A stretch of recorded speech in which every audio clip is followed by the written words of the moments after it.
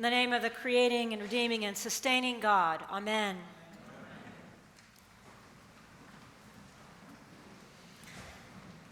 A word to the wise. Should somebody ever come to you and say that they had a dream in which God spoke to them and said, because you prayed such a great prayer, I'm going to make you the greatest that ever was and greater than anybody in the future, and also I'm going to make you richer than anybody, and you will have all the power and glory. Take it with a grain of salt. That's not what God says to people. I read this story about Solomon with suspicion because of other things I've read about the kings of Israel. And so let me set the stage for you before this dream occurs. Now, at the beginning of the book of Samuel, two kings before Solomon, Samuel is judging over Israel, which means that God calls him in and helps Israel by mediating. So God will speak to the prophet, and the prophet will speak to the people. And Samuel has just successfully led them through a battle with the Philistines. Now, they're actually not used to winning their battles with the Philistines. And so you would think that they would be happy at Samuel's work. But instead they say, we want a king just like all the other countries have. Well, Samuel is upset, and he goes to God, and God says, they're not mad at you. They don't trust me. So you know what? Let them have a king. But warn them what that king is going to do to them. So Samuel goes back to the people, and he says, you can have a king if you want, but let me tell you what this king will do. He will take your sons and daughters. He will make them drive chariots and run for him.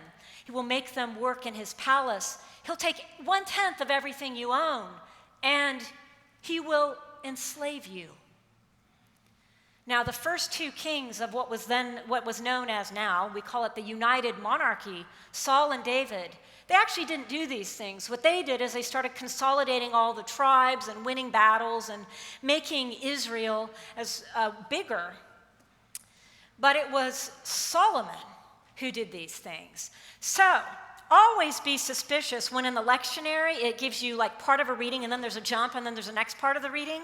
Go read whatever the lectionary designers didn't want you to know. Because here's what Solomon does in that gap. As soon as David, his father, dies and Solomon becomes king, he kills off everybody who's a threat to him to consolidate the power and the privilege of his monarchy.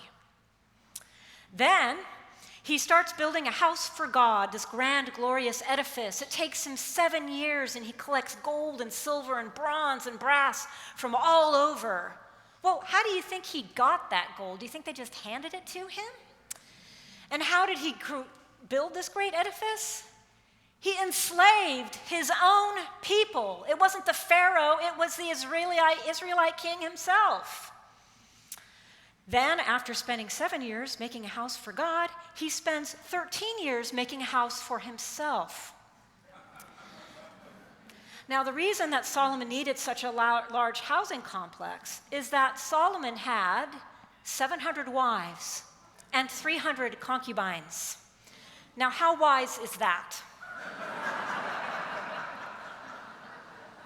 Not a good choice, not a good choice. And some of those wives worshipped other gods. So remember, God has escape clause. He actually visits Solomon a second time. He says, remember, I'm going to do all these great things for you as long as you continue to follow my laws and statutes and to worship no other gods. Well, Solomon's wives worship other gods, and so Solomon starts making offerings to other gods. And God says, that's it. That is the end of the United Monarchy. Forevermore you will be divided. And so when Solomon dies, Rehoboam, I get all the bones mixed up, Rehoboam, his son, tries to take over, but Jeroboam, the challenger, actually gets most of the people behind him. And that is the beginning of the divided kingdom that remained divided forever and ever. We also live in a divided kingdom. Now, you could look just at our presidential candidates, their debates, and the presidential races as we run them and know that we are a divided people. But to me, the most persistent, pressing, and poisonous type of division in our society is racism. You can see it when you see the protests and riots happening again in Ferguson, Missouri, protesting the 1-year anniversary of the killing of Michael Brown there.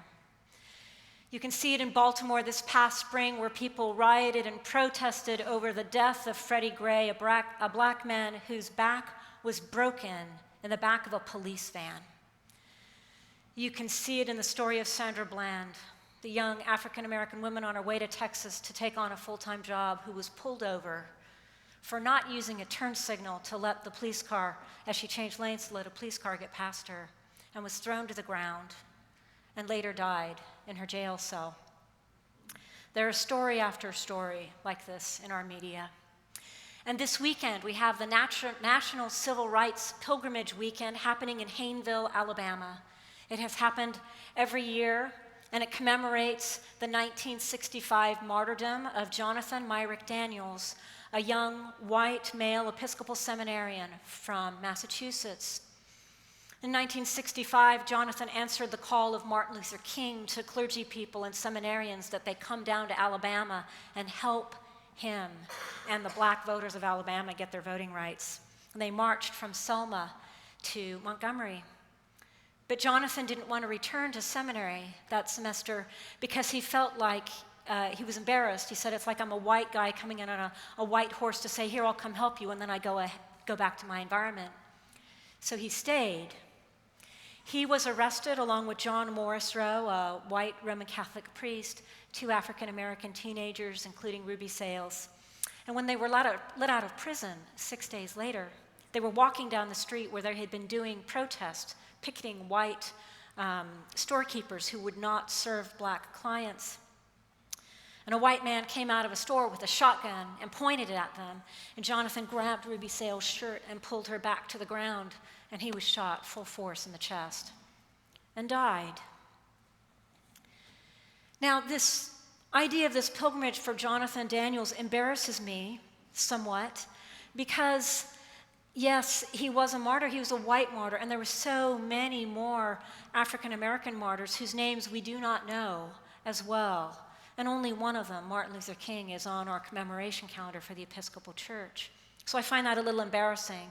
And in fact, Michael Curry, our presiding bishop-elect and the first African-American presiding bishop, is there to lead people in this pilgrimage. And they will be commemorating all of the Civil War martyrs, including the mostly African-American ones. The other reason that I feel a painful irony about this is that the Episcopal Church remains the most white church denomination in the United States, the whitest Christian denomination. And the reason for that, pure and simple, is racism. When Jonathan Daniels was in Alabama, he also tried to integrate an all-white Episcopal church, and the rector was all for him bringing people with him, so he brought some black worshipers with them, and they were treated in an extremely hostile manner.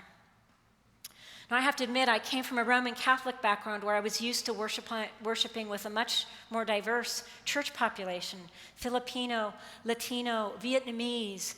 And granted, that diversity actually came from a long history of colonization and colonialism by the Catholic Church. So I recognize the painful roots of that and the painful roots of the Spanish Franciscans who came and enslaved the Native Americans of California. And yet what has come from that is a fruitful diversity. So I recognize that.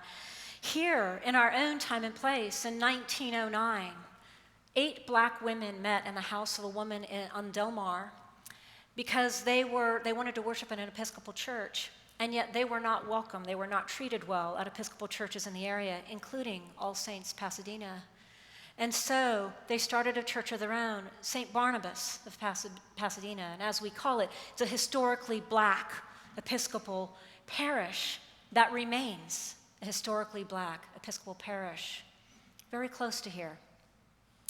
In 1954, South Pasadena had ordinances called sundown ordinances because it was not legal for a person of color to live in South Pasadena.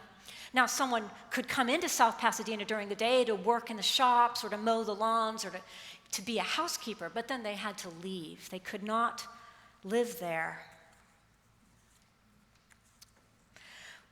One of the reasons that I'm happy about speaking of Jonathan Daniels today and celebrating the pilgrimage that is built around his martyrdom is that it offers us a very powerful experience of a white ally who put his own skin in the game.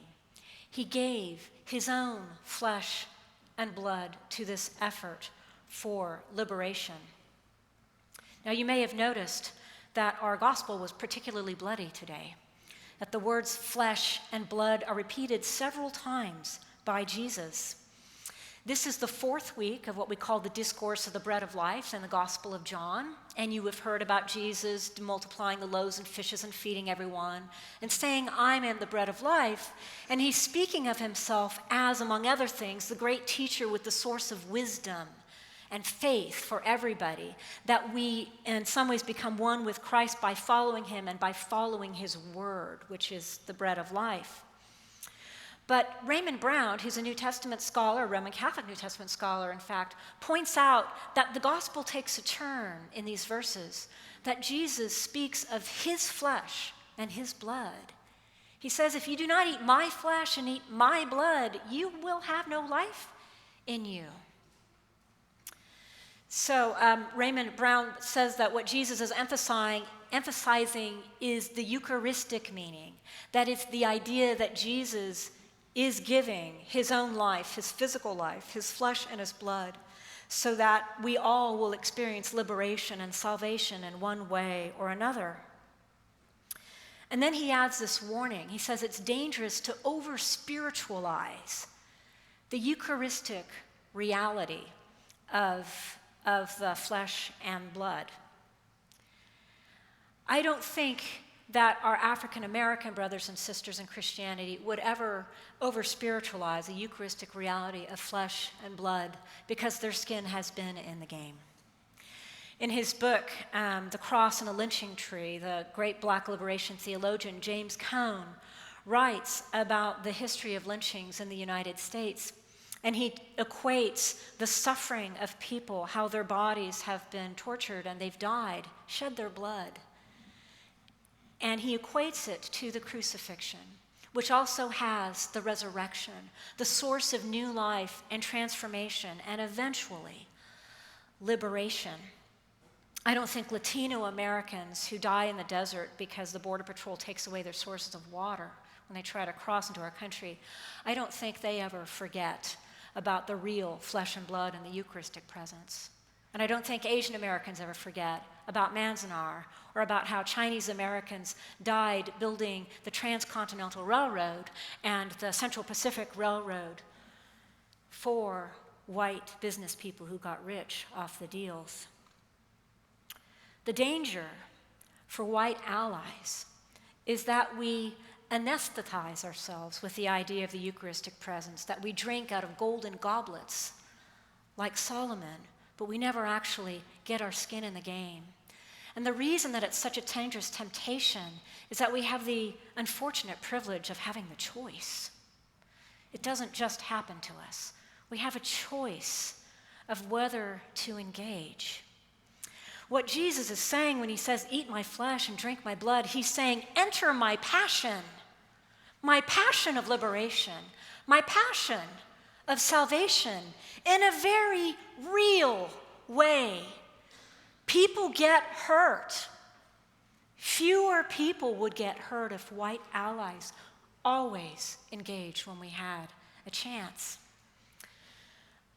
If we don't drink fully of this passion, then we are living a half-life like Voldemort, just sucking away and never actually contributing to the life-giving flesh and blood in this ritual. We become over-stylized ritualists. Now, I have an example of a thing that happened to me at a Verizon store in Sacramento many years ago. I just bought a Motorola Razr, the hottest phone on the market. And very soon after I bought it, I was leaning over and it kind of fell out of my pocket, only like a foot to the ground as I was sitting in my car. And there was no outer damage to the phone, and yet it broke. It just stopped working. So I took it to the Verizon store, and I was really afraid they wouldn't give me a new one, and it was expensive. And the woman at the door said, "Oh, I'm sure they'll give you a new one. Just go back to customer service." So I went back to customer service, and I was waiting in line for the white woman who would attend me, and there was a Latino man to my left who was being served by a young white man. This Latino man was in a t-shirt and blue jeans, and the hem of his pants was green with stains of cut grass. I imagined that he had been cutting people's lawns that day.